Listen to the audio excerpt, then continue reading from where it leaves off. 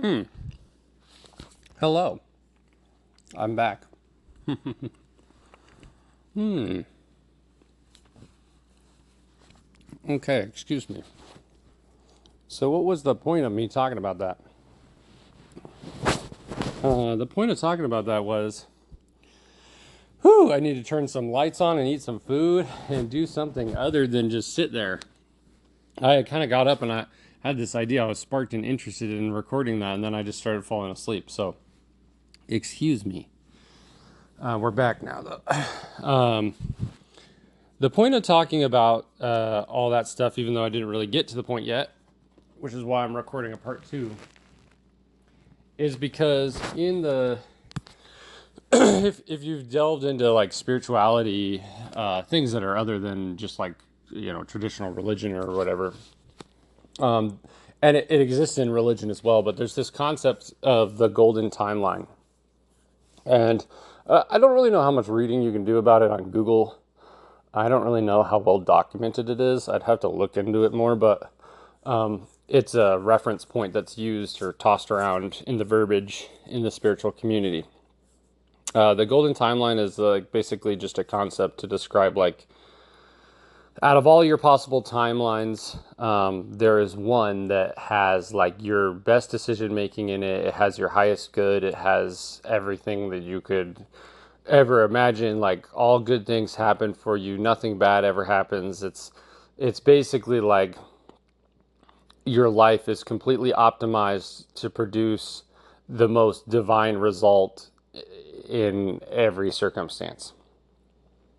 This is also basically what, you know, heaven would be like, right? Without sin, without blame, without bad decisions, without going against God, being in complete alignment with the divine, which is why a lot of these spiritual concepts exist because though they're often extrapolations of religious modalities, they are in and of themselves an extension of faith.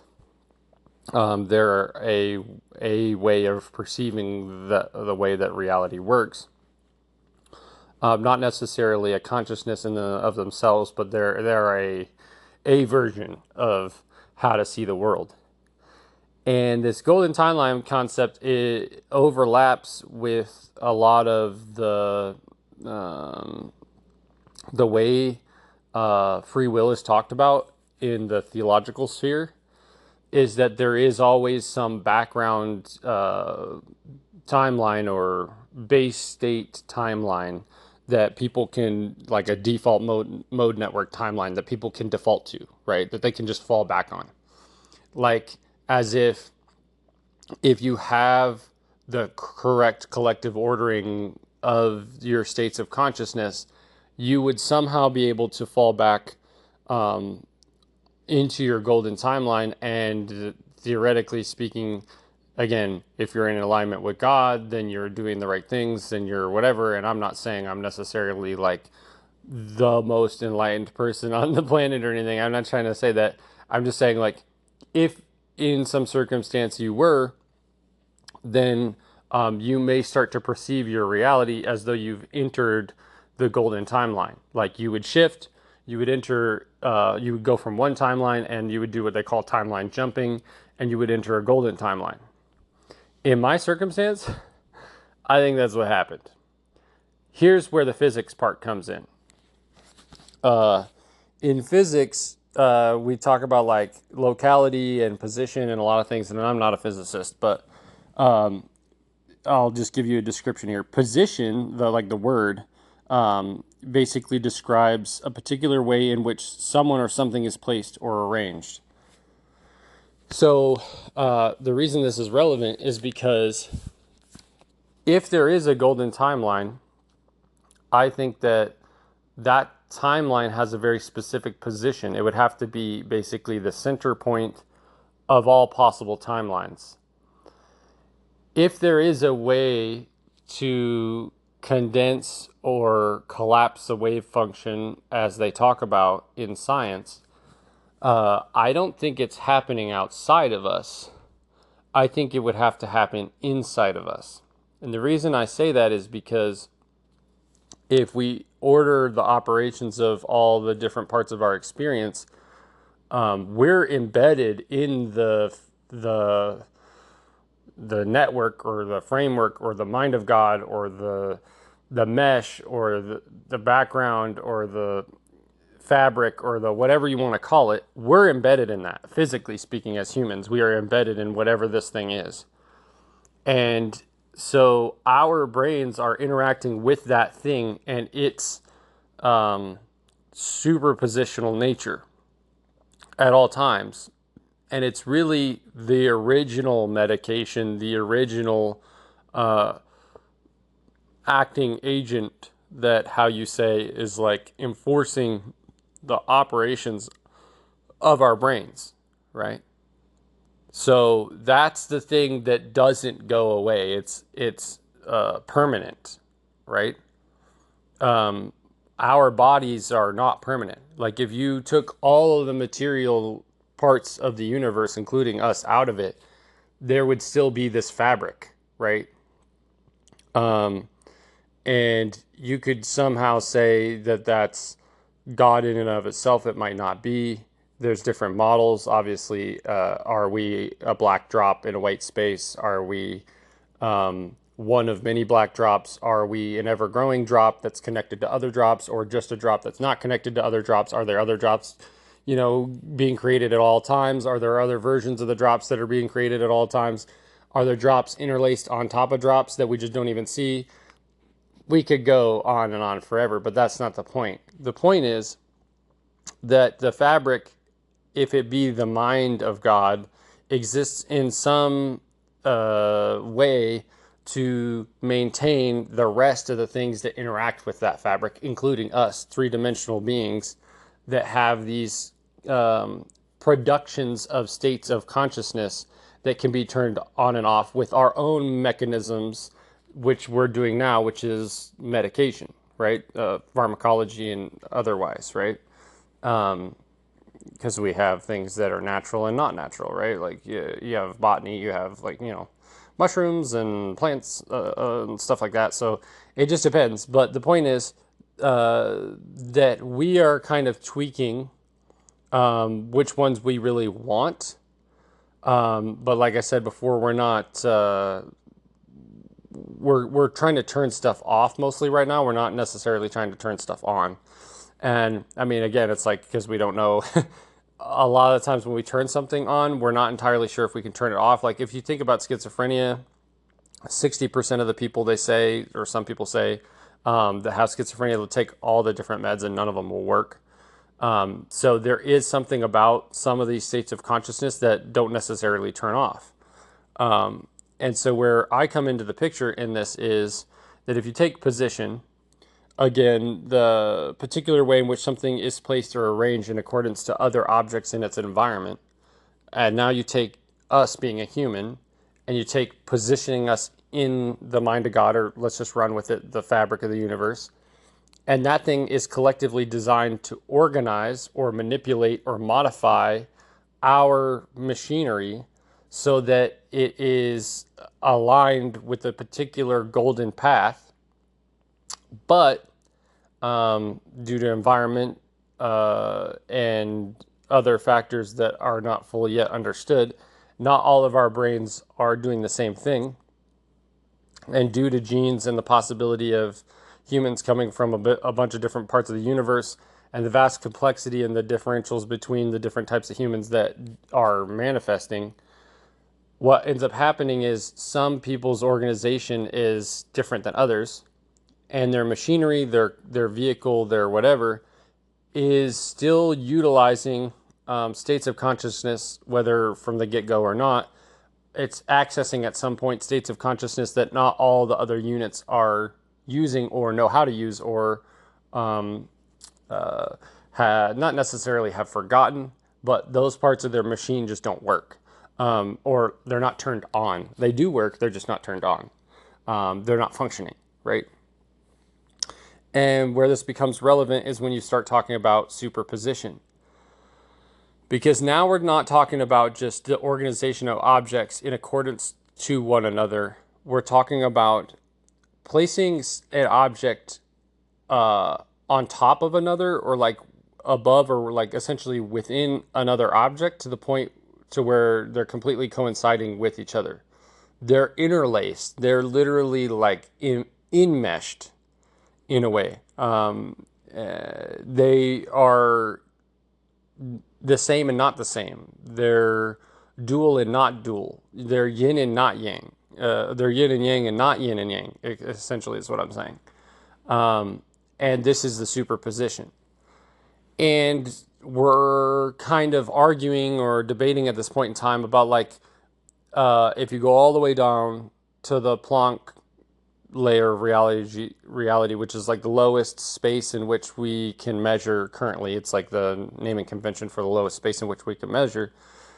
We are presuming that by the time we get to that space, the observable whatever the fuck is there is so small, or the waveforms or the structures, atom or otherwise, at that level are so minute in nature that they're basically non-existent, and that the current claim is that essentially it's empty space, right? So the real question is, how does emptiness create something, right? And when you look at the Bible talks about how essentially out of nothing everything came, right? And I'm not saying right now that I have some solution or answer to this problem. I'm saying I think I have sort of identified that there is a possible state of consciousness in which people can access that possibly is closer to the original state of consciousness that maybe a lot of people are not currently accessing.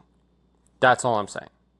I'm not saying I can reproduce it. I'm not saying I even know how. I'm not saying the version of consciousness I'm experiencing at this point in time is permanent. I don't fucking know. All I know is that my brain was really jacked up. I took some medicine. I went through a process to try to get off it. And in the process, I seem to have entered some sort of superpositional state of consciousness in which my brain is essentially empty. If that doesn't make itself clear by you watching and listening to the first video, I don't know what does. Because one downside of it is your brain is not tired, but it's sort of like it doesn't care to produce thoughts like this anymore. When I was on the medication, I was able to think very clearly, and I was quite, with it. Like, I could produce some pretty intellectual, condensifications of things, right? Like, I was pretty smart. Now it's like I could do it if it's the middle of the day and I have a lot of energy and I'm just like in a conversation or something. I could, give somebody a breakdown. When it comes to this subject, it's quite hard to pay enough attention to exactly what my point is, because your brain kind of keeps wanting to go back to that emptiness, right? It's what is the word that we use in English? It's not like a coincidence.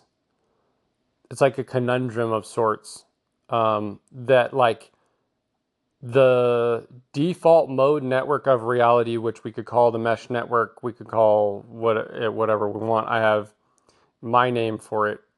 I call it the projection emission fabric machine network. I have a whole paper that I'm writing on it. I work on it from time to time.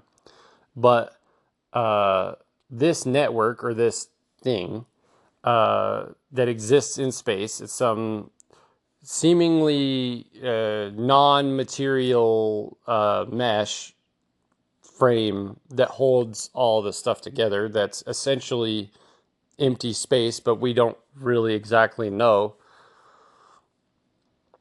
It's like it doesn't want to be described. It's like when you get this close to it, I want to try to give people an example of what it is, but it doesn't want me to tell you. And that's what's so funny. It's like I can be consciously aware of it, but I also don't see the point in even describing it. And that's the sad thing, because I get here and then you get to, let's see if I can get this to load and then we can describe this.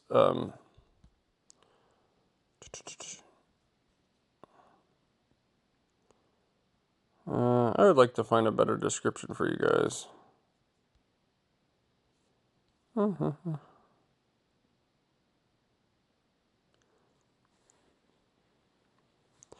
Yeah, they talk about waves.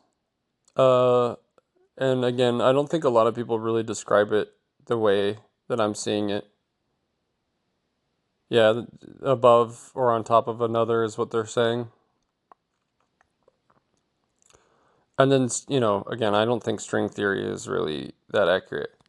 I think what I want to say is that this state of consciousness is sort of like a return to that which actually is. We call it enlightenment, so maybe somehow I've enlightened myself, but it feels to me more like I just emptied my brain out, which basically is enlightenment. Like, it's the same thing.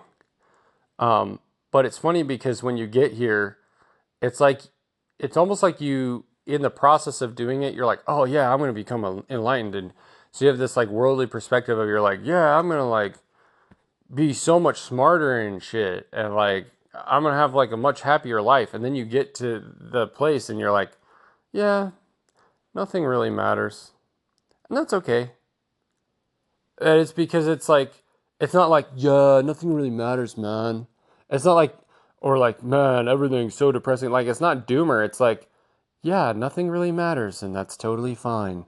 Like, I feel not like I lost content of reality, but the past, the present, and the future are all happening simultaneously. And the way I've noticed this essentially is that a lot of times throughout the day when I'm experiencing something, it's like not an amnesia, but like a re-nesia, if you could. Like I'm remembering reality, was how I was describing it to myself before. So if you could imagine your life as a movie, your brain is the car that has the antenna and all the stuff, like it has the lights. You can see, you can hear, you can signal to people, you can perceive signals, you can project stuff, you can do all these things, right? You're moving through space, but at some point, you're not kind of just driving that car where you want to go. You just get on a road and just leave it there. But like on all the other roads, your lights are pretty like necessary for you to see where you're going. So you can only see so far in front of you, and you're just kind of like always experiencing something new. And as you're making turns and whatnot on this road, you're kind of experiencing life based on your actions, right? Which was what I was mentioning in the last video. But if you get on this golden timeline and you do what I did and you go through this process and whatever the hell this thing is that happened to me, you kind of jump into like a lane where there's just a bunch of lights, like overhead street lights, and they're hella bright. And your lights are kind of pointless at this point. You're just kind of driving and there's no fighting it. You're just kind of going down this path and you can see like hella far in front of you. And it's not like I'm seeing the future. And it's not like I'm actually seeing the past. I'm seeing like the collective ordering of all of those possibilities condensed into, well, the choice that I'm going to make is the actual choice. That was what I was going to do anyway. Right? Like if I was going to just choose what I was going to choose, I was going to just choose to do that anyway.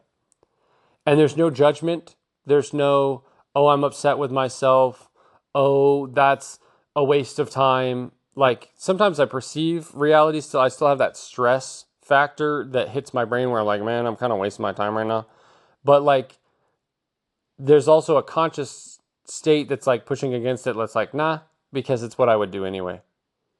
So I don't know if this is an exiting of psychosis or an exiting of some narcissistic framework that I was operating on, or an exiting of some materialistic, framework that I was operating on that had been built up by the world. I don't know what it really is, but what I'm noticing is that it's not deja vu. I tried like analyzing to see if it was deja vu, and what was the opposite of that called? What? Deja vu. And it's not Jamius vu. I don't know how you pronounce it. Which they say is feeling unfamiliar with something that is very familiar to you. Because I've been thinking about this for a while now, since we got off. And it's not something like that. It's not amnesia. It's not like dementia. It's I have a little bit of what is kind of aphasia, but I've always kind of had that since I had my head injury. And again, I have autism, so it's like they're just, my brain is a certain skill set, and then it's spiky in some areas, and it's got the troughs in others, and I've just never really been good at remembering names. But it's like I'm not out of it, it's the thing. Like, and it's not like a psychosis, because I'm not experiencing a reality that I'm not really supposed to experience necessarily. It's not a depersonalization, and it's not a derealization either. I looked into that. That doesn't really describe it, because I'm not breaking from my reality necessarily and actually observing it from some other outside point or whatnot. I'm still in my body. It's as though my body is just aware of what actually is, and it's no longer concerned with trying to make anything any certain way. It's as though my ego dissolved to the point where I don't even care about reflecting about the concept of even having an ego anymore. And now I'm just kind of like whatever the shell would be, right? Which is why I say it's kind of like a return. Like if you experience whatever this is at some point, like I've experienced it, and I hope that as people see this video, if they have become enlightened or whatever people want to call it, and they think it's something similar to what I'm experiencing, I would love to hear your guys's like actual experience and how it happened for you. Because at first I thought to myself, it was like, oh, this is some kind of like rebound psychosis or something, right? Because I did have a lot of those, symptoms going off the medicine, but eventually like they corrected themselves, and I got better, and I went through a histamine intolerance window for like a month, and I had to like change my diet, and it was chalked, like it was really bad. And but after all the body shaking and all the stuff went away, I'm just kind of like here now. But what I'm noticing, the main thing I'm noticing is, like I said, this experience of like the past, the present, and the future simultaneously taking place, and it makes your life feel like a movie.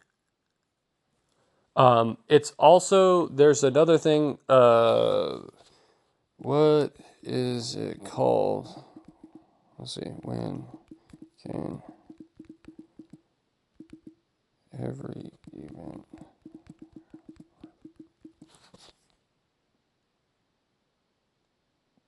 hyperthymesia? It's not that either. HSAM, autobiographical memory, or hyperthymesia, or highly superior autobiographical memory. It's not that. I thought it was starting to become that, and maybe at some point it will be. I don't know if there's more levels to this that I'll somehow unlock. But because I've always had really good pattern recognition. I have pattern recognition that's in the top 8%. So there's like less than 700 million people on the planet that can like remember patterns as efficiently as I can. But that it's not even that impressive because they say until you get into like the top 5%, like it's not that significant for your pattern recognition to be that good. Like most of the professional chess players or like Call of Duty players and stuff, they're probably, if their pattern recognition is that good and they're not just like mechanically good at the game, chances are it's in the top 5%. It's probably not top 8. So they're quite a bit better at it than I am. But the point is that like, yeah, my pattern recognition has been really good, and my brain's always been pretty with it, even with or without the medicine. Like before I had the medicine, it was pretty with it too. So I don't know. I'm kind of at a loss of how to describe this, mostly because I'm not really sure that many other people have actually had this experience as a human yet. Maybe they have in prior times where we didn't have the ability to record this stuff and post it online and stuff. But it's as if my life, and I had this distinct, and I'll share this. I had this distinct experience when I was coming off, and I don't know if it was a stroke or what it was because I didn't have like a lot of other outpourings of effects, and I didn't need to go to a hospital or anything. But while I was right about the time I was deciding to come off, I don't remember if it happened just before or as I was going off, starting to go down on the medicine. I had this thing happen while I was asleep, and it has happened several times in my life where I had this feeling of like this swelling in a vein that kind of feels like maybe about the size of my thumb, like the whole thumb, right? Maybe half the size of a thumb, but you get the point. But it's a lot bigger than that. Obviously, it's like a lot bigger than a vein. But on the left side of my head, while I'm sleeping, and it's almost like this feeling of something that big on your head, like swelling up and then kind of cracking or popping. I had that originally when I was in middle school, which propelled me into like a severe anhedonia alexithymia kind of experience. And then I had that again when I had the second head injury when I was in high school. And then I had it again, I think a couple of times when I was going through psychosis. And one of those times was a near-death experience where I'm pretty sure I had a heart attack while I was asleep. And my mom had to like drag me into the fucking shower and basically revive me. It was pretty bad. I did wake up from it and I was able to call out eventually, and she was able to like drag me to the shower. But uh, and then I didn't have it for a long time. And then a little while back, I don't know, it's been a year or two now, we went as a family to Alaska. And on the way back, or no, it wasn't Alaska, not that trip. It was the other one. It was California Redwoods. We went to Redwoods, and on like the last day, I had like a total meltdown because I was like completely exhausted and I was functioning on like only Monster for like multiple days straight and not getting good sleep. And the Airbnb we were sleeping in was really bad. And I couldn't sleep in the room that we were in because it had this fucking tin roof thing. And the rain was just like so loud and obnoxious that I ended up having to sleep in the freaking living room on the couch. And there were all these little creaky sounds in the house, and it was like keeping me awake. And we had a bunch of people there, and then I thought there was like a bear outside at one point. It was pretty bad, and I'm just like, there was a lot of things just keeping me like, I was fuck, and so I didn't sleep good. So I had this like total meltdown on the end, and then when I got home and I tried to go to sleep, like that night or whatever. It got to the point where I had this experience, and I've had this a couple of times, and I will share it, and people can take it for what they will, and if people think I'm crazy, then you can believe whatever you want to believe about reality. It's not my responsibility.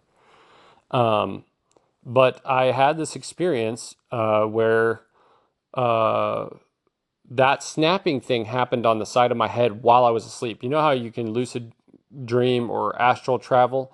Well, sometimes you wake up and you're sort of semi-lucid, where you're sort of semi-astral, but you're not. Like you're out of body experience, kind of. And I felt that snapping effect as I was lucid waking. And then I had basically three aliens operating on my body. And I kind of woke up from that and was going about my day. I was still super stressed, like I'm basically losing it at this point, just from sheer exhaustion. And I was familiar with this because I had it happen a couple of other times, but later that night again, so that same next day or whatever, um, I had gotten sleep, but I was still really stressed and looping through the whole experience and being really mad and just, PTSD. And I was going to my room to try to, go to sleep again at the end of the next night or whatever. And I'm screaming and whatever. And then I saw those same aliens, the same three aliens. And the way I describe it is some kind of like, it's almost like a technology where they're able to like change their perceptive place in space. So like if you could look at something and it kind of looks like there's a shadow there, but there's not. It's almost like they're bending the angles of, so like if you have a three-dimensional object and you were able to bend a person's perception of every single part of the material matter of that object to where you can make it look like it's two-dimensional, kind of like a holographic slideshow instead of a three-dimensional thing. And all you really get to see is like some tearing or some like microfiber blurring of the fact that there's kind of something there. So it looks like there's some human-like creature that's shaped just like us coming through some sort of veil or some kind of portal or something. But because that technology or whatever is causing that effect, uh, is designed to sort of obscure the entity, all you get is this sort of bright light contrasting over this dark black manifestation. So you just get this slow blurring, and it looks like a shadow person, right? And when you go into psychiatry and you look at all the stuff that's listed in the DSM for people that have schizophrenia, one of the common experiences is shadow people. Now, there's a lesser known disorder called Charles Bonnet syndrome, which I also think is really what I eventually ended up having. And my theory, I'd like to go into it at some point if people are interested in listening, is that they're basically the same disorder and they're different states of each other. One's a more prolonged state and it occurs at a different period of time, and another's occurs at another period of time, and that they're correlated with narcolepsy. And that they're correlated with this altered state of consciousness, which makes us aware of this sort of mid space between the material world and the non-physical dimension, which is part of what my paper is written on that I'm working on. And these entities, which I do think are actual real things, are, I don't know if they're self-organizers of the space and they're sort of some sort of super sentient entity that's designed to, keep watch over people. They call them watchers. There's different versions of the name watcher, which refer to different things historically. Some of them are religious and some of them aren't. But these aliens have this capacity to, as I see it, if they are as real as I perceive them to be, have the ability to basically analyze all things. They can materialize anywhere, but they're not fully manifesting in that space. They're sort of existing in some sort of halfway place between, like if you were going to take a worm tunnel between one point in space and another, they're kind of hanging out somewhere in the tunnel, and they're able to use that as a way to go and sort of halfway um, remote view is the word that a lot of people use. And I know that's kind of a touchy because there's a lot of stuff being done in the military space in the United States and Russia and China that are, and other places around the world, but those are the big three, that are working on remote view technology, and people are arguing on how far along these people are on these technologies, but there's a lot of very good evidence to show that they do exist and that they are being operated and that they are being utilized to remote view. So, I'm not going to go on some crazy trip that someone's coming after me. It's not like that. I'm not paranoid, okay? The point is that these aliens did have the capacity to actually, and if that's what they are, it could be human too. I don't know. What happens is when you're experiencing them, because you're doing this sort of 2-dimensional, 2.5 dimensional frame splitting, it's just like using a technology that would, which we're starting to make now, that's like a refractory technology that's designed to bend light. So they have these, you can look videos up online where it's like a wall or something. You can put it up in combat and it kind of bends and pulls in the light refractions of the objects around you to make it look like there's still a bush in front of you or something. And you can completely obscure yourself. This is a similar technology. It's just happening like on a dimensional layering. It's like a dimensional layering application of a technology that would basically be the same thing.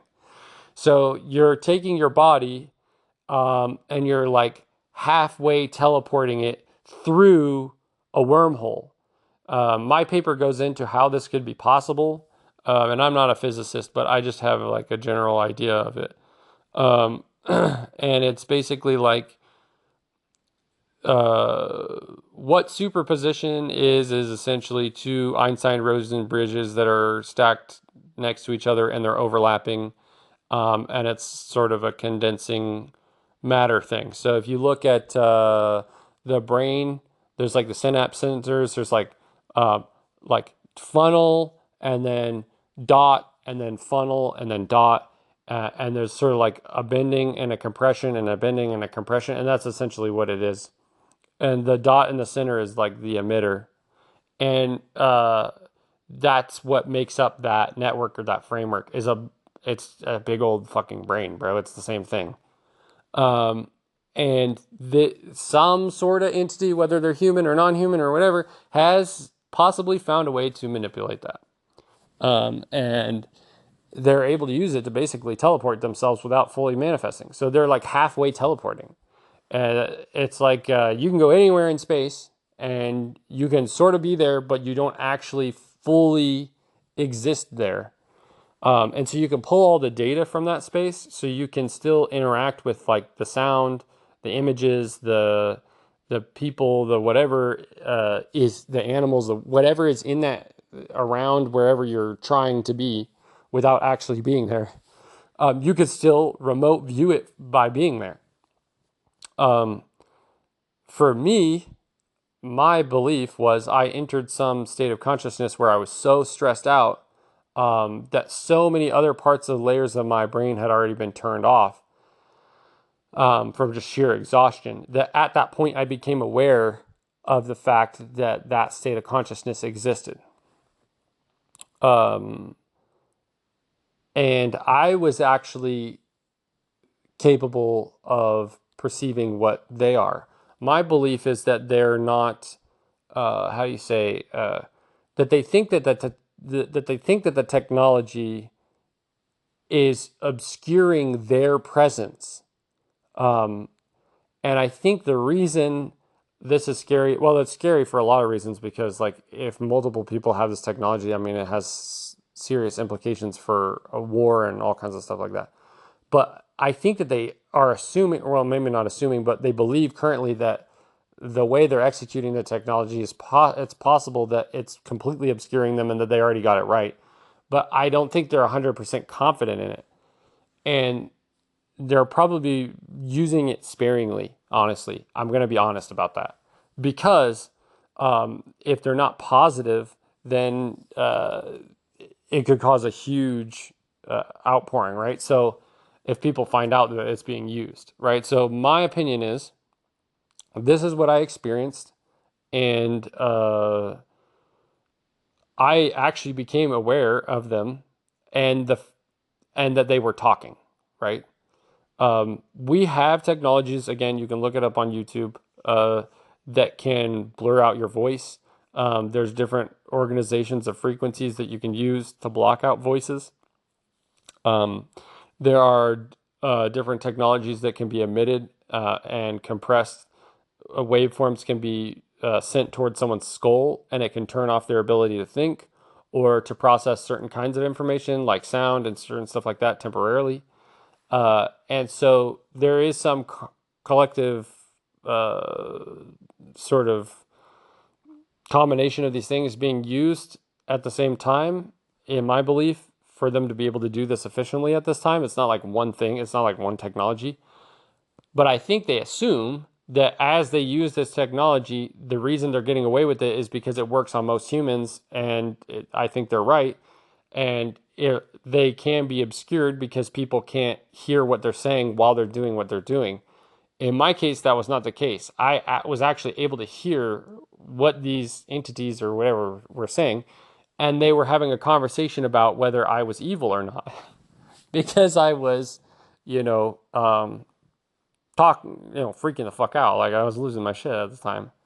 Uh, and uh, in psychiatry, the belief is that all these things are not real, right? And that a hallucination is a visual experience that's not, or well, it could be any of your senses, but it's some kind of experience that your brain is generating that's really a miswiring or a miscalculation of something, or it's crossing signals in places that they don't need to be crossed or whatever. It's all garbage. It's just a different state of consciousness. And the reason I can say that is because once I interacted with these things, the exact opposite thing happened. It asked a question. It didn't just, it responded with consciousness. Now, maybe my consciousness was just so far gone that it was like me making an experience, talking to myself, trying to figure out, what's real within myself from outside of myself, or whatever. But, bro, I'm telling you, more real than real was that experience with that breaking effect in my brain that happened then. And it happened again recently when I was coming off the medicine. And it has left me with some kind of default mode network consciousness. Nope, I'm not experiencing angels or demons or aliens or any of those things anymore. But I am experiencing feeling extremely empty, and as though the past and the present and the future are happening all at once. And I'm on some kind of golden timeline where all of the possibilities of the things that I could do have been condensed into one set of, they're not even probabilities or possibilities anymore. It's like a predetermined thing. But there's no stress, really. The only stress that exists is me trying to figure that out. Because every time I try to figure it out, I'm just like, man, what does that mean?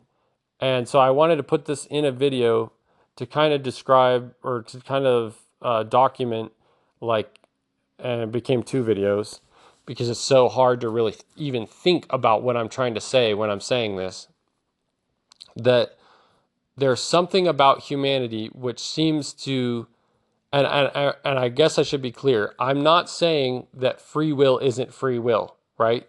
Because some people might make the argument, are you saying that you're only freely willing to make less good decisions? I am not saying that.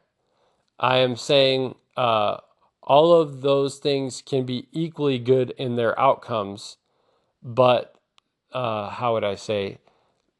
Um, how would I say this? They can be equally good in their outcomes, but they're not.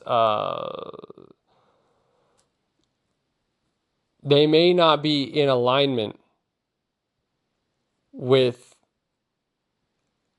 exactly what the collective assortment of God in all of his emanations would want, which means all other human beings, all other entities, all other parts of reality would want, right?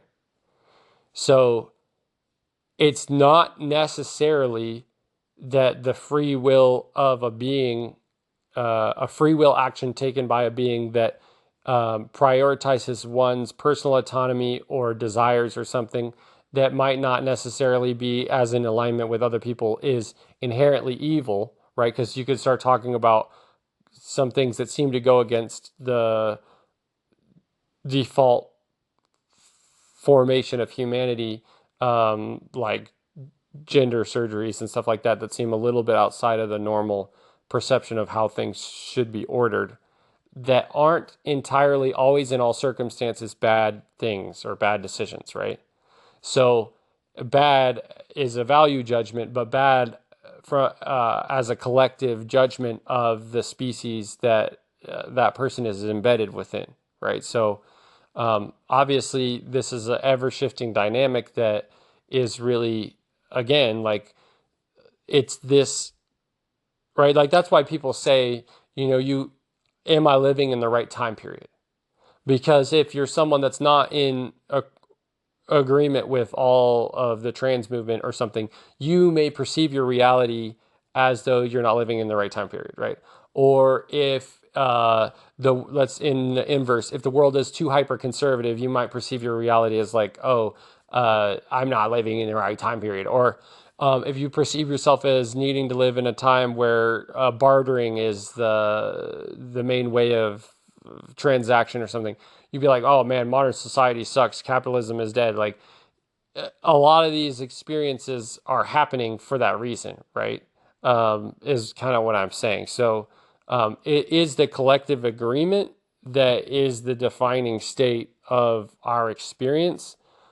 Even, and this is really what I'm experiencing is the complete absolution of my control or desire to control over my reality.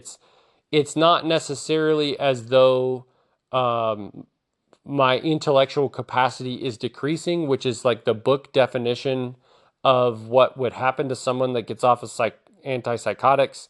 Um, uh, but it's and because the psychotic does stress your brain, right? Which to some effect, I believe, is what leads to that snapping. But I've re-entered, like I've re-imaged myself, I've processed myself, uh, I've reviewed myself. I've sort of entered a space where now reality is just a movie. It's not movie production. It's just the movie itself. There, like the production is already completed. I'm remembering that there is a movie and then all the probabilities that all the different parts of my brain are creating. And I had this idea, this way of conceptualizing that or describing it to myself the other day, which is like if you imagine each of those little pieces of your brain are sending out all these little like waveforms, like little creatures that are like this, sporadic, squiggly do object that's kind of fracturing out and then, folding back in on itself. And each part of your brain is doing that. Your brain is, again, the collective assortment of those things. And each one of those things has this different version of consciousness that it's producing. And there might be a lot of versions of consciousness contained within that. Like it could be more than just one. And it's that those waveform productions from each of those parts of your brain that make up, as they're interacting with each other, as they're coming in contact with each other, and the space that your brain is embedded within the fabric. Those are all the signals. And that is the, what are they calling it? What is the word that they use for that nowadays in physics? That is the string theory. That is the string theory, right?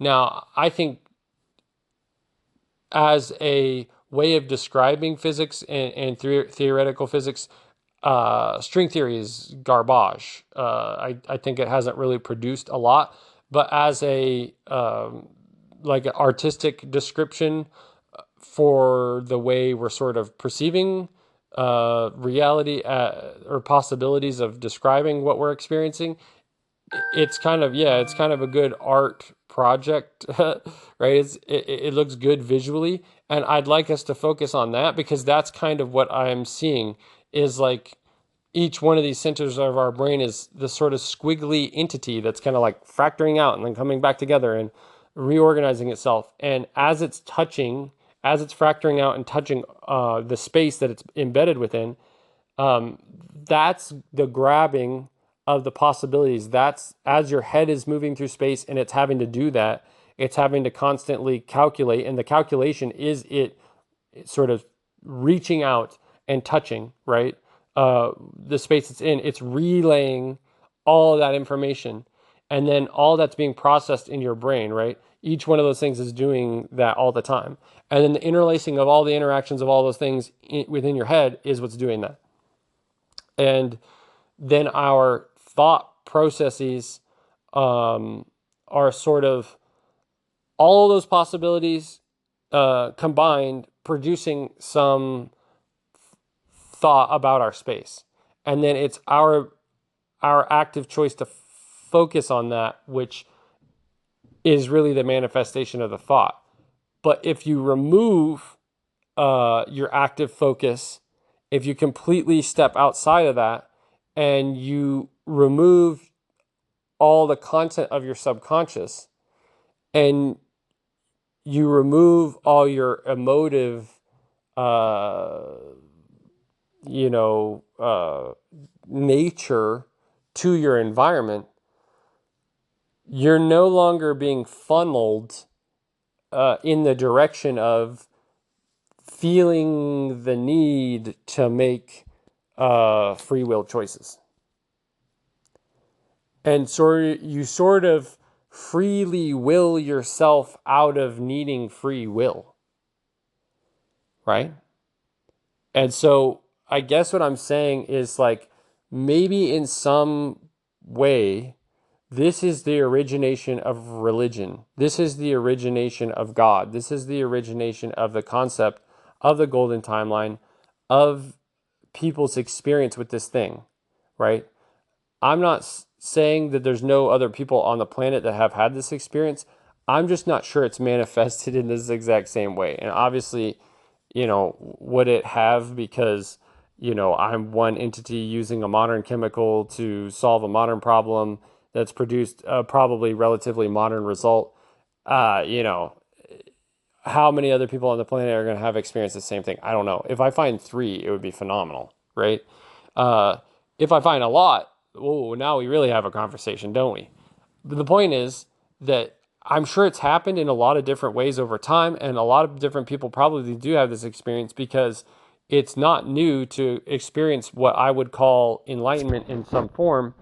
It's new in the sense that I may have unlocked some kind of version of consciousness that is extremely old, right? And there's something about our experience, and in psychology we talk about environment and all these different layers, but environment is the one I want to focus on, that make up the development of like a child's brain and their perception of reality.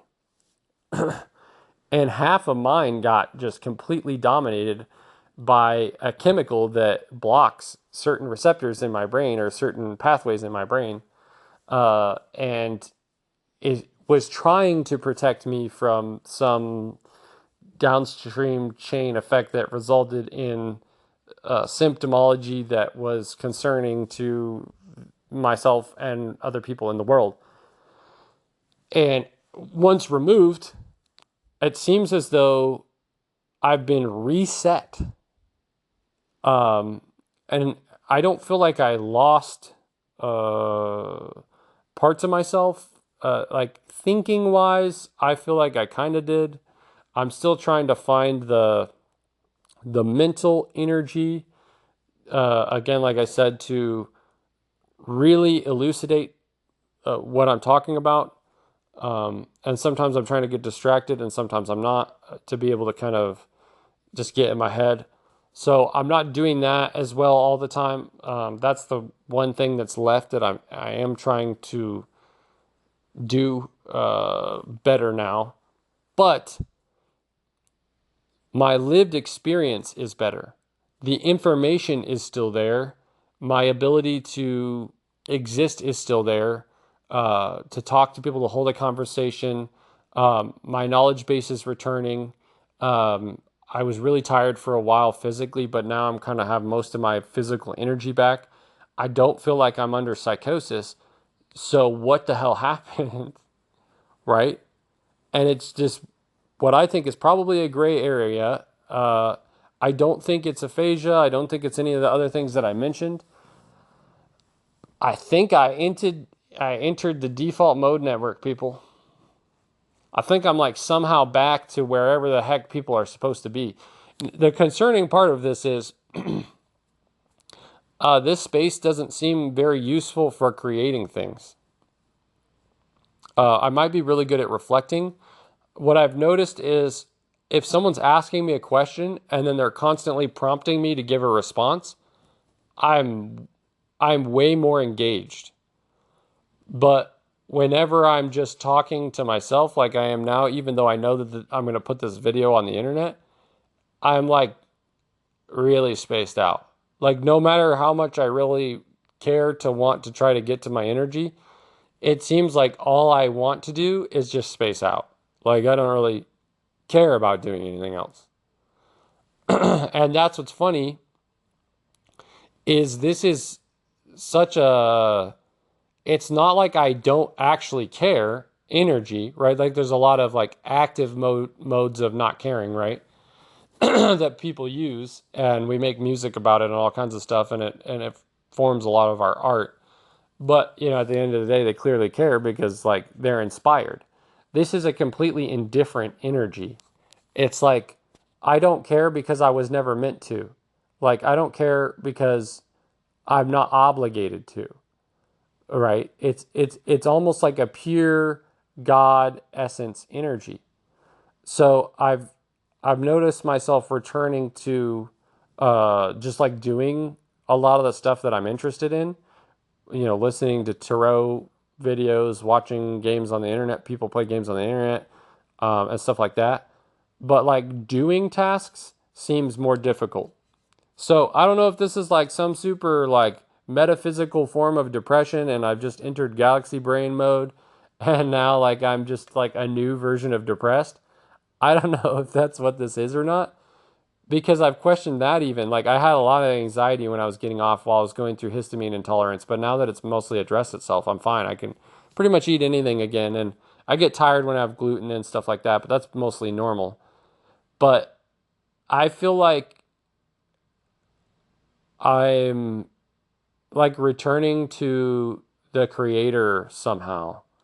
Like in some way, um, I'm not really human anymore. Like it's not that I'm not human necessarily. It's that like, I just don't I'm not obligated to give a crap about anything. Um, and so I can still enjoy my experiences. It's not like I haven't lost the ability to enjoy stuff. If I get engaged with something, I can have fun. But it's like everything that I'm interacting with seems like, well, that's just a thing. Like anything is just a thing. From this viewpoint, it's like, oh, that's cool. The experiences that I think I'm having the best are when I'm really sharing something with somebody and I can feel their emotion and I can feel my emotion of feeling their emotion, and that that sort of empath stuff is much better now. So connecting to people is good. I think that's healthy, but especially when I'm just on my own in my own environment, uh,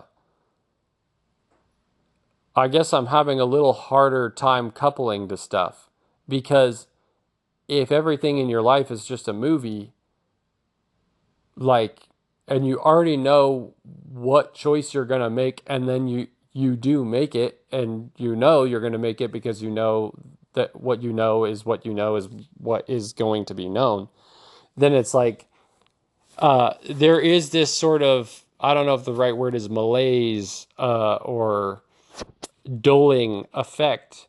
There's some kind of dulling effect that I'm being left with coming off of this medication.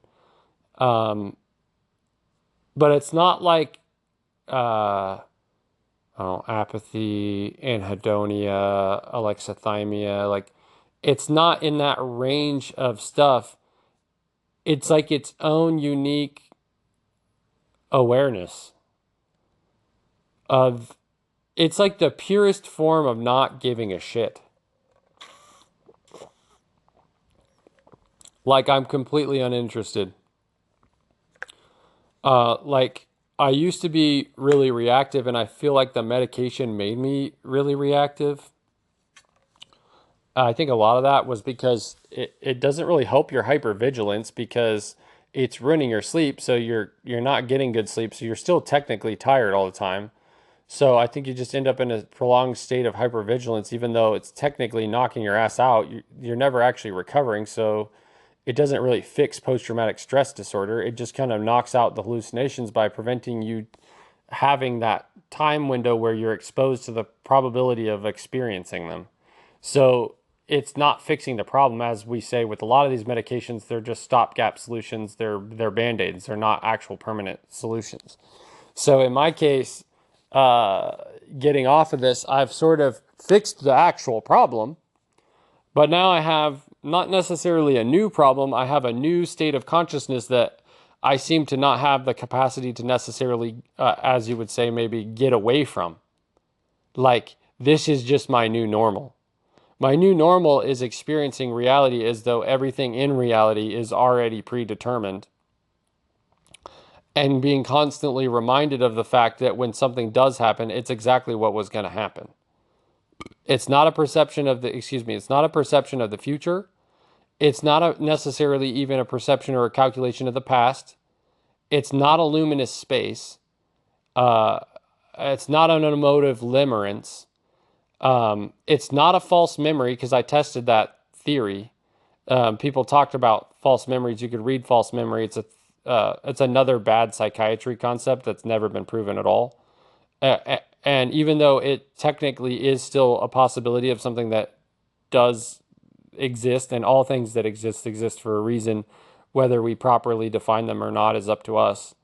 So false memories exist, but false memory is a concept of like experiencing something because you've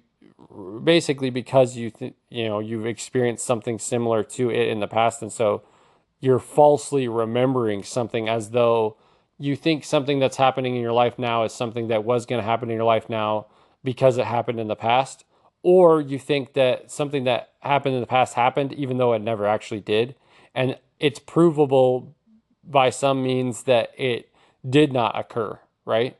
This is not false memory.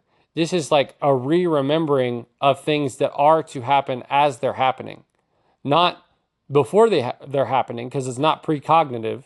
It's a precognitive awareness of things that are going to happen before they happen. It's like a local precognition, not like a long-term form precognition.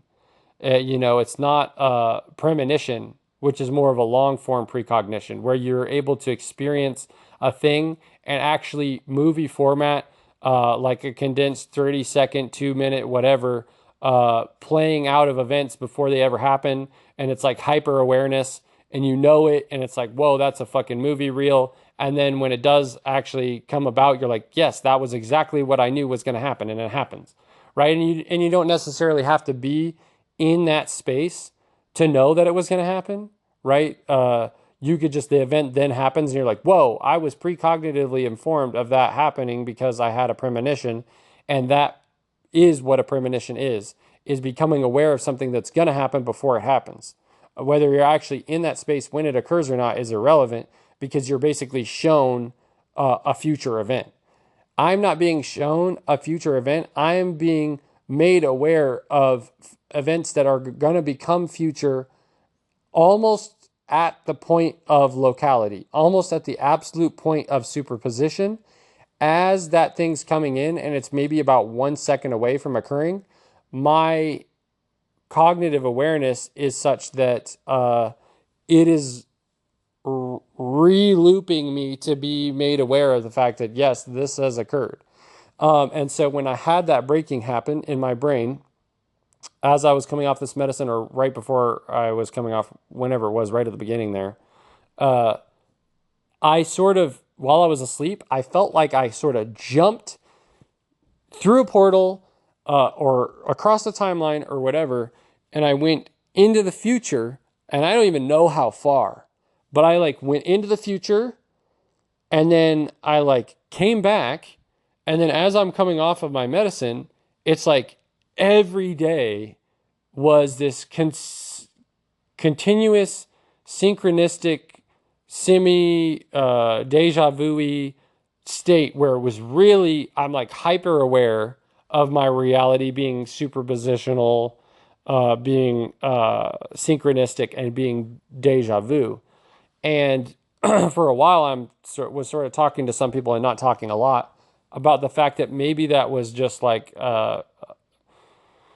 what's the word they use,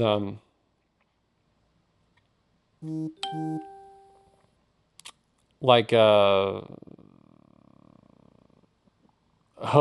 version of hallucinosis, right?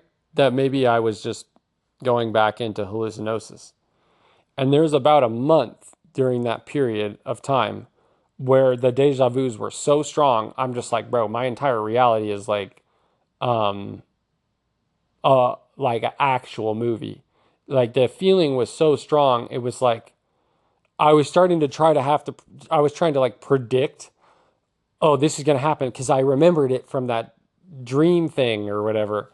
And it's going to happen now. And like, I think I was still like 50% like at the time, like I was not actually right all the time, but a lot of times I was right. Like I was like, whoa, like what the fuck? Cause like my brain was reorganizing itself and it was trying to figure out like, wait, did I remember that event was going to happen here or was it actually later? But it's like my brain knew that my neurochemistry was reorganizing itself. And that was the self-actualized realization of the fact that I was realizing that my brain was having to try to realize that it was in the process of reorganizing events that it somehow had some precognitive awareness were going to occur. So how is that possible? Because if free will exists, how does my brain have the capacity to conceptualize or process or theorize or assume it knows at all some event that I do know content of before it happens, right? Like I was living in between timelines. I was actually experiencing, like this is some Black Ops Call of Duty shit. I was like living in between worlds where my brain for a period of time was like, wait, but isn't this supposed to happen then? I thought it was like, wait, but like it was like I had jumped so many timelines so fast, my brain had processed all prior events in all of those timelines, and it was trying to organize, whoa, what timeline are we in? Because in this one version, it's supposed to happen at this time. And in this other version, it doesn't happen at all. And in this version, and so it's like, my brain knows all of that stuff, right? Because superpositionally, there is no past, there is no present, necessarily even, and there is no future. And if there is a past and there is a present, all they are is what is, or if there is a past and there is a future, all they are is really present, right? And so my brain, knowing all things from all timelines, having processed all realities individually as their own movies and then interlacing them together to process some sort of absolute version of what reality is actually taking place, was trying to determine, where the fuck am I? Like, where even am I now? Like, I think this is supposed to happen then, and I absolutely know it is. And then half of the time it happens, and then half of the time it doesn't happen. And then half of the time it happens, but it actually happened like later, so I didn't remember the event correctly, it would happen like multiple days later or like a week later or some shit. And I'd be like, ah, that's right. That was the thing. And I'm like, but how do I know that? How could I possibly ever know that? Because if free will exists and we're freely willing, and there's only one exercising of the free will, or as we experience free will, then how would I know that I'm freely, willingly going to make that choice, or that an event is going to occur that's based on the free will choices of other people? How do I know that? I was actually experiencing the collapse of the waveform function. It doesn't happen outside of us. It happens inside of us. Somehow I did something to my brain where I collapsed all existing timelines into one predetermined timeline, and now I'm just like living on it. And I can't even undo it.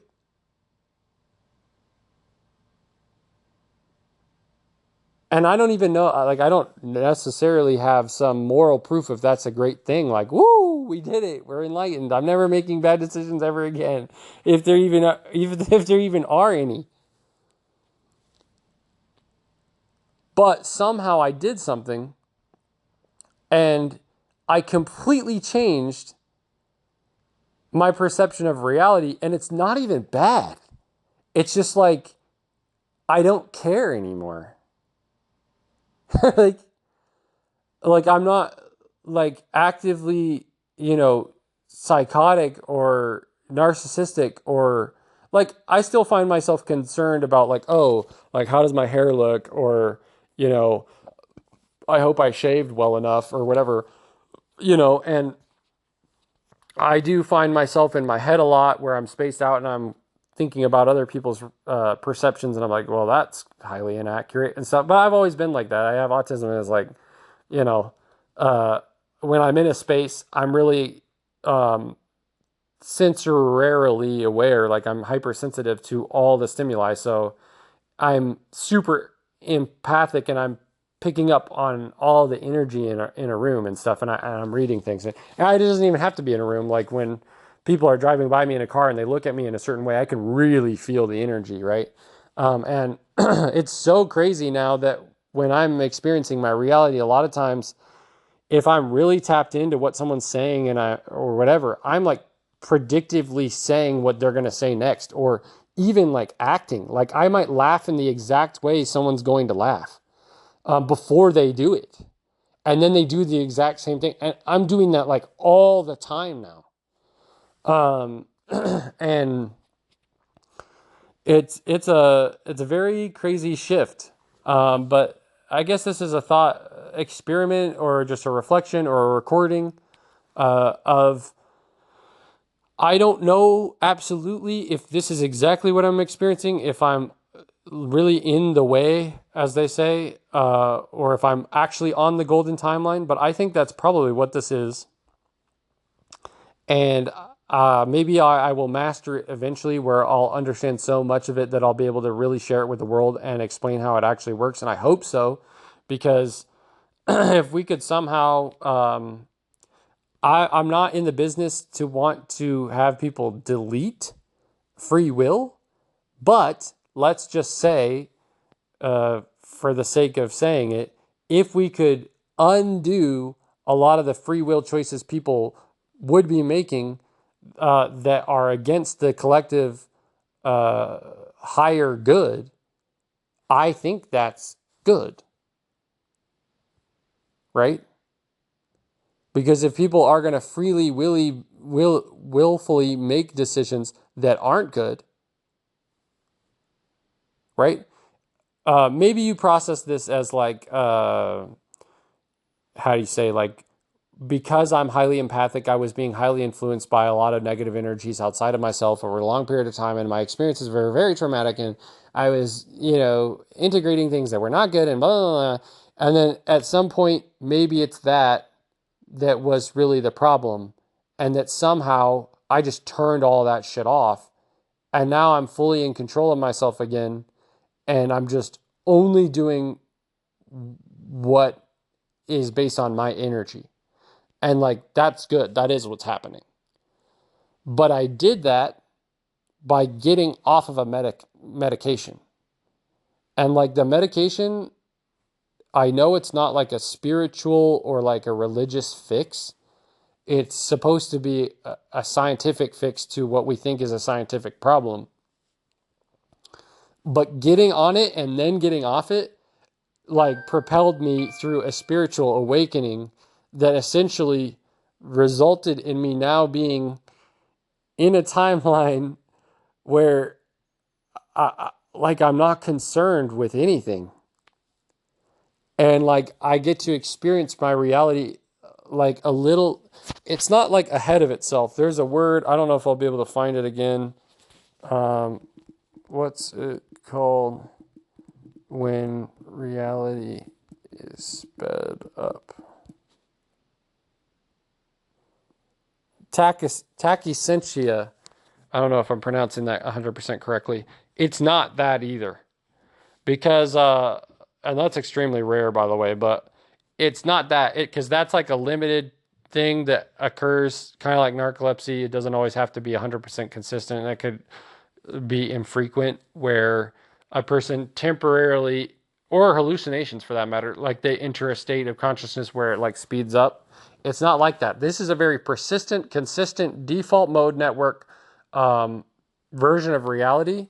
And so I don't know how fascinated other people are going to be in this with this, but it's a completely new base state that I've never experienced before, which is no surprise because, I mean, half of my life I was on a medication that was completely changing my entire neurochemistry, to be quite frank. And so I've never got to experience what it's like to be an adult without taking this shit. So maybe this is just the way other people experience their reality, and they don't really experience it the way I did before. But the way I was experiencing reality before was extremely stressful. I was constantly in my head about everything. I was trying to calculate all kinds of stuff. I had far too much energy, but I didn't have the correct energy. I was completely flat, and I couldn't sleep at all. I couldn't self-actualize. I was burnt out all the time. It was like if you're on cocaine, but instead of it giving you the ability to like go and get and do and accomplish, it's actually shutting your body down to where you can't move, you can't think, you can't turn any of your organizational functionality into something that actually does something for you, right? You're sort of accomplishment locked, where you can think and process and feel, to some extent feel, but think and process and be in the space, but you just can't actualize, right? And you could be really smart. Like I said, I was pretty darn smart, and that stuff helped me think a lot, like very quickly.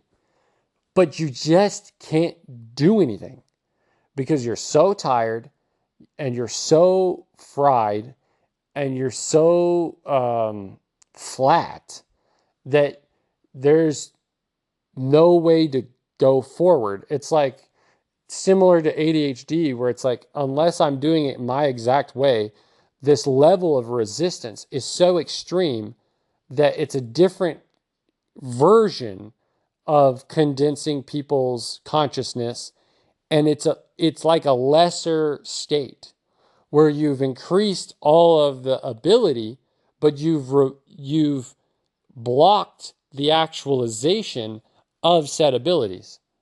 So you didn't actually fix anything, because maybe you cognitively improved the person, and you removed some of the symptoms, but you didn't actually give them you took away their ability to do anything with that energy. So you're in this permanent lock state that's preventing you from even moving forward. And it's chemical. So there's nothing you can even do about that.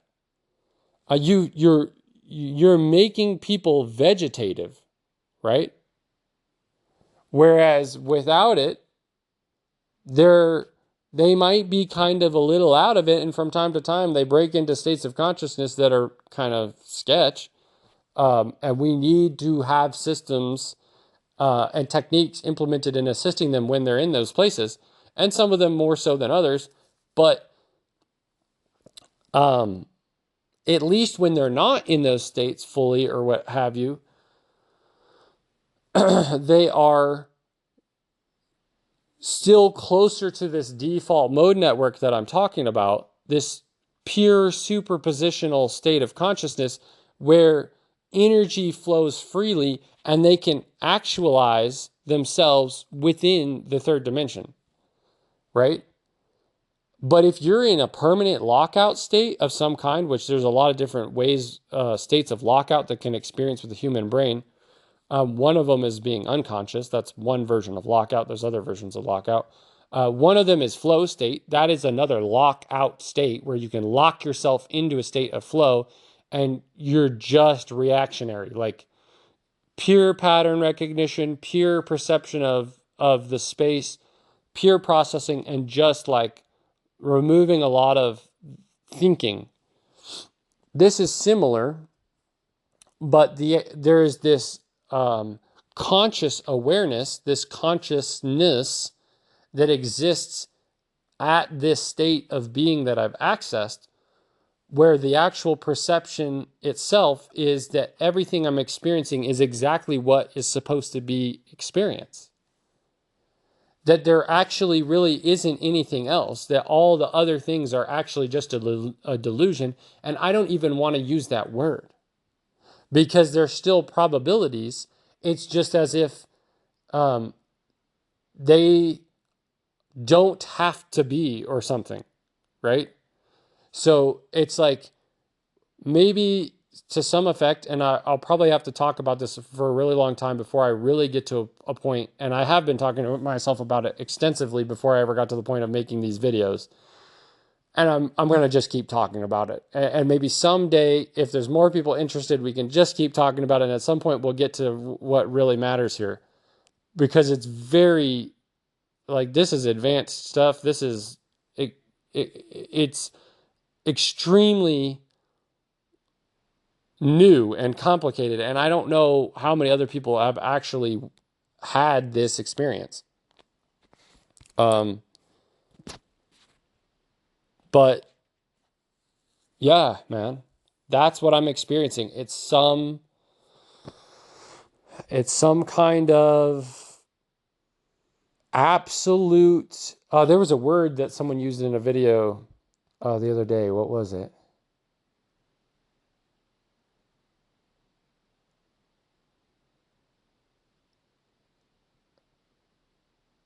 I thought the word started with an E. It's like eternal consciousness, eternal presence, absolute consciousness. The other one I used for it was overseer consciousness. I feel like there's a lot of different models of consciousness and how many different states of consciousness exist. There's like a, 7, 8, 9, 10, 11, 27, etc. Numerical versions of consciousness, different models, different opinions on how many layers there are. My confirmation is if you use the 27-point model, I think mine's somewhere around 22 right now. So I'm really feeling like I'm getting close to source energy. Like I really, that's why I said I'm returning closer to God. I feel like that's what's happening. Is like when you're in the lower forms of consciousness, and remember, or I should say, the way that I perceive it is that like 6 to 12 is like the middle, right? So if you're below 6, you're the lower, and if you're above that, you're the higher. The originator is in the higher range, but the operative is in the middle. So all things are emanating from the middle, and they go lower and they go higher, but the originator was actually higher and it created all the things that are lower than it. So it's not necessarily like because I experienced when I was coming off of this, like I was in what they call Christ consciousness, which is like almost pure flow state. Like you're very happy, like everything's fucking awesome. It's like when you get high and you're just like, man, life is great. It's like a super mania where everything is just wonderful. There's really nothing bad in your life, and everything that's happening is good, and you perceive it as good, and it's great. It's not the same thing as mania because there's some differences that can be made when you experience it. Mania can kind of go off the rails and become negative, and then you get panic attacks and stuff. It wasn't like that. I was constantly resetting correctly, and I was just feeling really on top of the world. And like I'm in alignment with God, and my feelings were all there. Now this feels like kind of more dull, but like very medical, like very doctor, like very like professional, right? Like that's where I'm kind of at. And like things just are a fact. Like what I'm saying just is a fact. And I don't have to have all the words at the time to explain it. And I don't care if I do. It's just a fact. And it's not an ego thing. It's like, uh, I'm just sharing truth. And then if someone perceives it as truth, then they're just capable of knowing that it is true. And if they don't, then they just weren't capable at that time in their life of knowing that it's true because they hadn't learned the necessary lessons to get to the place of knowing that what I'm saying is true. And that's basically how I'm experiencing all of these things superpositionally. And I'm experiencing it knowing that that's the only thing that is to be expressed at this time. Like my free will is completely surrendered to the creator at this point. Like I'm literally just doing not even like what he says. I'm not getting information from the outside. It's not a God complex. I'm perceiving myself as God, but I'm not becoming egotistical about it because it's just a worldview. It's just a spiritual belief. Just Hinduism, et cetera, et cetera, et cetera, et cetera. All these different things. I believe in all of it. Right. I'm like an omniist of sorts. But the point is like I'm experiencing this reality now as though I am the emanation of the actual source energy. I'm not, I don't think I'm all the way at source because I think at that point, I'm just going to like materially dematerialize and I'll just like re-enter heaven or some shit or wherever the hell I go next. But it feels like my humanity is not bound to three-dimensional fugaze, if you will. Like I'm not entrapped or trapped inside of all the drama that exists in this realm. Like it was having way too much of an impact on me. And it feels like all that stuff has been reorganized. It's been recompiled, put on the shelf, worked through, tossed out, whatever had to happen. Excuse me. And and now I'm just back to wherever I was originally at, or wherever God was originally at, like before it entered this form that I am now, before it entered this body. Um, and again, I believe that we're all pieces of God, so it just is that way. But this version, the Nathan Davis version, is just entered a state that's a lot closer to the original thing that existed before any of the material stuff even was ever created. And it's a very flat energy, but it's not like flat affect, flat like dull, like man, life sucks. It's like flat, but it's like medically flat. Like, yo, it's okay. Like it's like that kind of flat. And that's how I feel. Like it's uber chill to the point where it's actually kind of funny how chill it is, and it's remotely concerning. And I have to be a little like almost like consciously aware that I need to raise my vibration. Like, oh, I should probably try to sound like I'm more like emotive right now in certain circumstances, because I think some people are misinterpreting this energy as like a threat. Like, oh, this person's dangerous. Like, they're psychotic or whatever. And it's like, no, I'm actually not though. Like, I just, I'm not trapped anymore because I realize that I'm 100% in connection with being the determiner of my reality, and that I'm worthy, and I'm healthy, and I'm good, and I mean well, and I care, and I'm powerful, and I can do whatever I want, and I'm going to, and I can succeed, and my life isn't determined by people outside of me, and I'm not afraid of anything anymore. And I'm not like fixated on dumb shit. Like I do, like I've been having hair loss, and I'm getting to the point where I'm like kind of frustrated, and I've been kind of obsessing about that, but that's autism, right? That's just what that is. My neurochemistry is just that way. So I've been kind of in that loop recently, and there's other things like, I want to change this part of my body. Like we all get into those things, or like, I want to, change my style up some more because I've done the same thing for too long. Get some new clothes or something. There's stuff like that that's like, I care about it because it's new to me and I want to improve it, and I want to just do new stuff. And so I get fixated on stuff like that. But as far as like it having anything to do with anyone other than me is like completely gone, right? Like there's no ego at all. Like when I move my body through this experience, I don't feel any weight.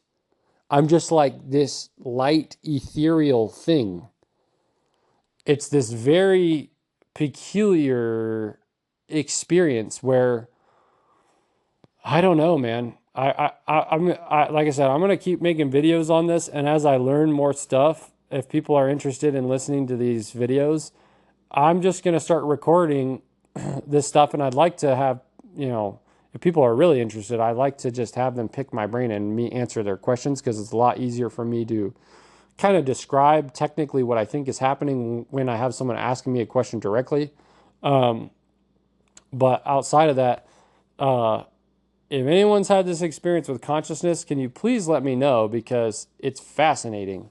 Like I said, I've experienced a lot of versions of consciousness before this, and then this, and the contrast is absurd. This is not a hallucination. It's not a delusion. It's not a delusional state disorder. It doesn't meet the criteria. It's not aphasia. It's not, dementia. It's not any of these. It does not meet the criterion of any of the current things that supposedly already exist and have been identified, that I am aware of, right? And I've studied this stuff for years. So whatever this is, it's either one, exactly how most people experience their reality all the time, and then somehow they're just also not cognitively aware of the fact that this is the base state of reality. And so everything outside of them appears as though it's abnormal, which is why we ended up with psychiatry, and that's why we ended up doing what we did. And then maybe that was just the reason for our mistake.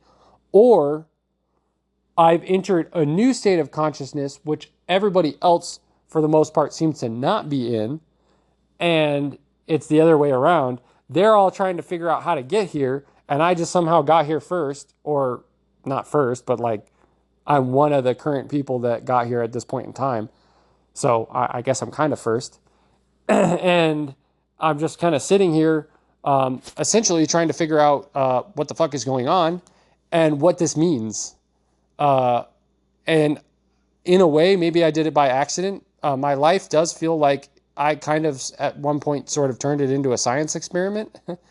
And we're here now, right? Because I was doing that when I was younger. Like, if I do this, what happens? And if I smoke this kind of weed, what happens? And if I do it at this time of day, what happens? And if I eat this food, what happens? And I got so obsessed with doing that because I think with autism for me, I never understood reality processing at all, but I knew that I didn't understand it.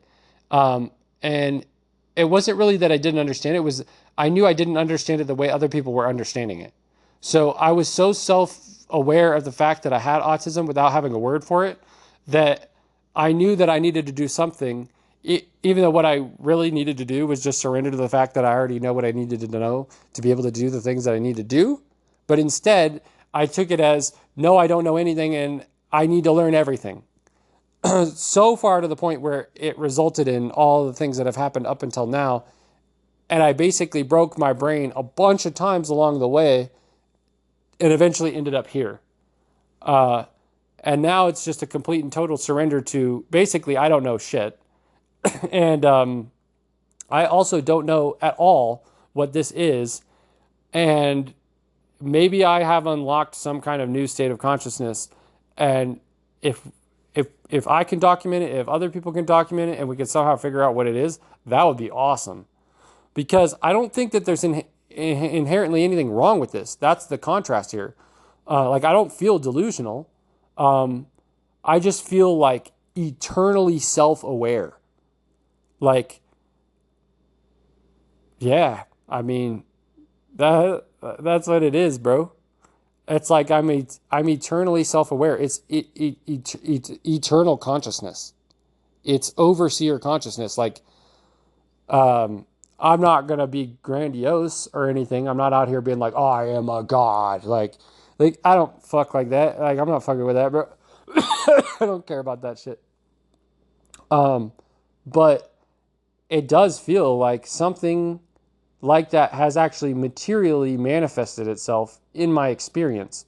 Just purely scientifically, this is my analysis. And I guess I just wanted to share this is what I've been going through. Because people on the server ask me, on the Diversity Zone server, have been asking me what else I'm going to do with the server. And there's a lot of stuff, and I don't want to share all of it because I kind of want to like just do it. But yeah, this is what's going on. And if anybody else knows what the actual fuck is happening, can you please let me know?